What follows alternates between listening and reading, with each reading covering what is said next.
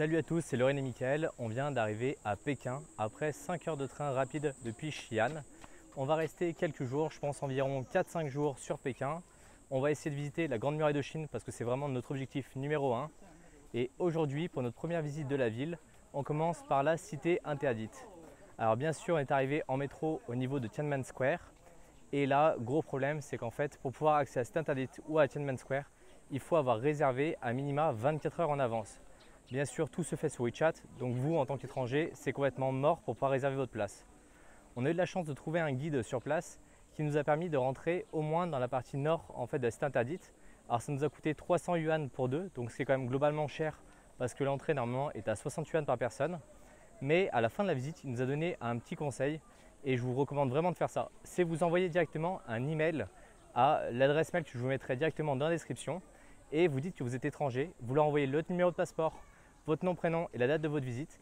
Et en fait, ils vont vous permettre de pouvoir réserver 2 places, même si c'est complètement plein. Parce qu'ils ont toujours des places disponibles pour les étrangers. Là, cet après-midi, on continue notre visite de Pékin et on en profite pour aller voir directement le palais d'été avec une pagode qui est en cercle. Ça va être assez beau, c'est des jardins. Il fait quand même relativement chaud aujourd'hui, donc on boit beaucoup. Mais on va quand même pouvoir bien en profiter.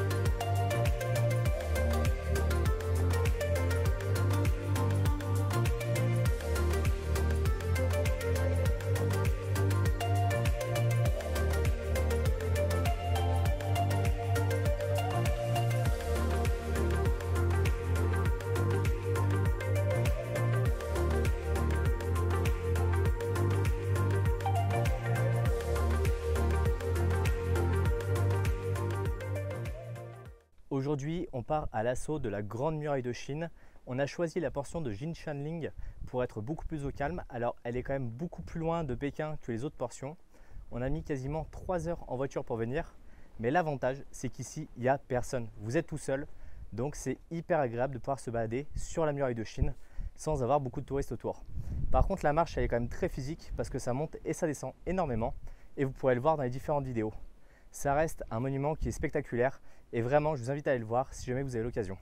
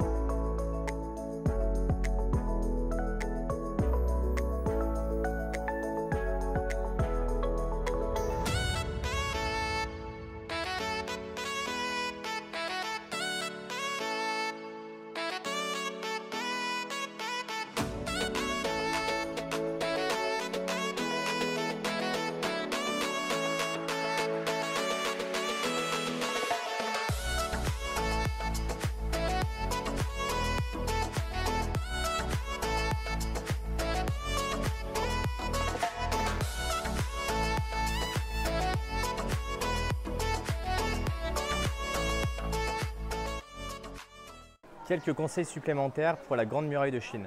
On est arrivé directement sur la Midgate et je vous invite à prendre directement les petits bus électriques. Ça coûte 10 yuan par personne, mais ça vous évitera de marcher 4 km pour rejoindre le site principal. Et après, vous allez marcher pendant environ 4 heures, 4 heures et demie. Prenez beaucoup de litres d'eau parce que clairement, il fait extrêmement chaud, il y a beaucoup de dénivelé. Nous, on a bu quasiment 5 litres d'eau pour 2 personnes. Donc voilà, c'est vraiment très chaud. Vous allez arriver sur la East Gate et après, soit vous prenez un shuttle bus pour revenir à la Midgate, soit sinon vous faites comme nous, vous demandez à votre chauffeur de vous attendre là-bas. Il pourra vous récupérer et vous ramener ensuite à Pékin. Aujourd'hui, on va visiter directement la partie principale de la cité interdite. Alors on a pris nos tickets en avance grâce à l'email qu'on a envoyé. Par contre, il fallait les récupérer sur place. Donc on a déjà fait la queue pendant une demi-heure pour aller les récupérer. Et après, on a fait la queue pendant une demi-heure pour passer le contrôle de sécurité. Alors faites très attention parce qu'en fait les stabilisateurs sont interdits et nous on a dû négocier pour pouvoir rentrer avec. Et bien sûr pour pouvoir rentrer dans la cité interdite, il faut faire tout le tour du bâtiment. Donc venez vraiment en avance parce que sinon vous allez faire la queue pendant très longtemps. Et là il fait actuellement très chaud. Pensez également à prendre le temps de pouvoir visiter parce que c'est vraiment très grand. C'est beaucoup plus spacieux que la partie nord. Et vraiment je vous recommande de la faire même si vous n'avez pas forcément de guide ni d'audio guide parce que c'est vraiment magnifique. Pensez tout de suite à liker et à vous abonner pour ne pas rater la suite de nos aventures en Chine.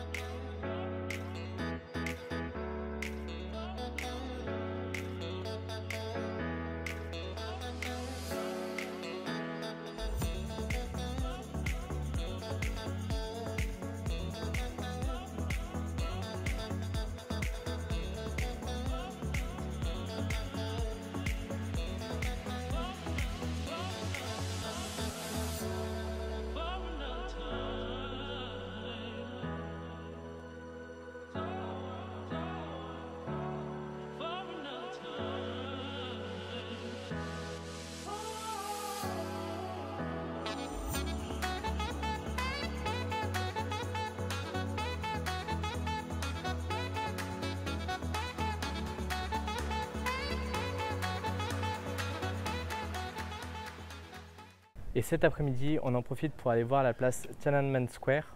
Alors pareil, il faut également réserver en avance pour pouvoir y aller. Prenez plutôt l'horaire de l'après-midi, comme ça vous allez juste avant la fermeture et vous pourrez assister à la traditionnelle cérémonie. Donc on va pouvoir voir ça en détail et on va pouvoir vraiment profiter et comprendre un peu plus l'histoire de cette place qui est vraiment emblématique.